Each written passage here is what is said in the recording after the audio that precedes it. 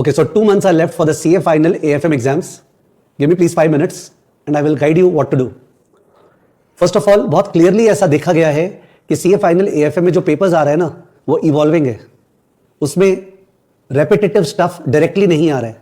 अगर कुछ रेपिटेशन आता भी है तो वो चेंज रहता है. नए नए एरियाज के ऊपर अटैक करें, जैसे लास्ट टर्म में रियल ऑप्शंस के ऊपर अटैक किया गया था. More such new areas will come, theory में भी. Okay, weather derivatives, energy derivatives कुछ भी आया नहीं है, ईएसडी कुछ भी आया नहीं है, वो आना चालू होने वाला है. But then the point is that आप कुछ भी सिलेक्टिव प्रिपरेशन कर नहीं सकते हो.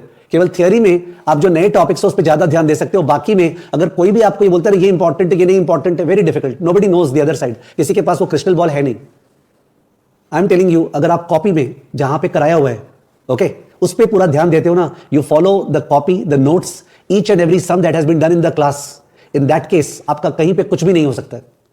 कुछ भी आप शॉर्टकट में जाओगे ना, इस पे ज्यादा इंपॉर्टेंस, इससे कम इंपॉर्टेंस, वहां गड़बड़ होगा. अभी प्रॉब्लम क्या हो रहा है कि जैसे ड्रिल डिप वाला सम आया था एग्जाम में, ड्रिल डिप, करेक्ट, वो जो एफएक्स स्वैप वाला, तो वो तो एक सिंगल सम था.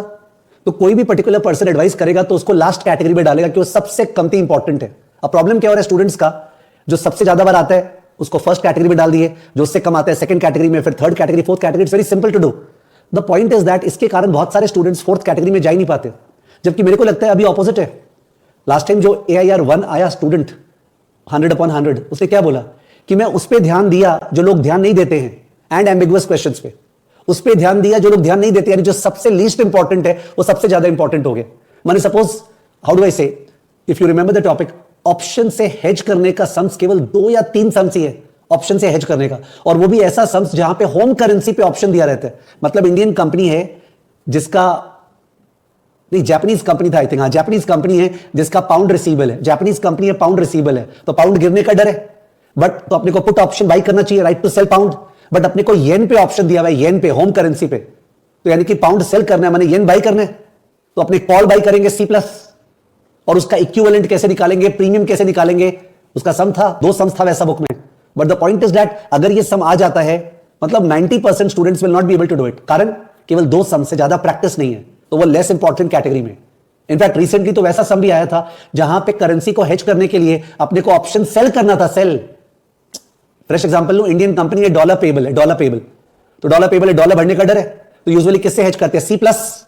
बट और एक तरह से हेज कर सकते हैं P-, बिकॉज हेजिंग का मतलब क्या था, जिस चीज का डर है उस चीज से फायदा उठाना. तो बढ़ने का डर है, तो बढ़ने के लिए या तो C+ या P-. तो आप कॉपी ठीक से देखोगे तो सब बढ़िया से आपको दिखेगा. उस पर कोई भी पर्सन उसमें रहेगा ना, सबसे इंपॉर्टेंट कौन सा है, ठीक है, that will not be working. तो don't make categories please. And if you are making categories तभी ठीक है.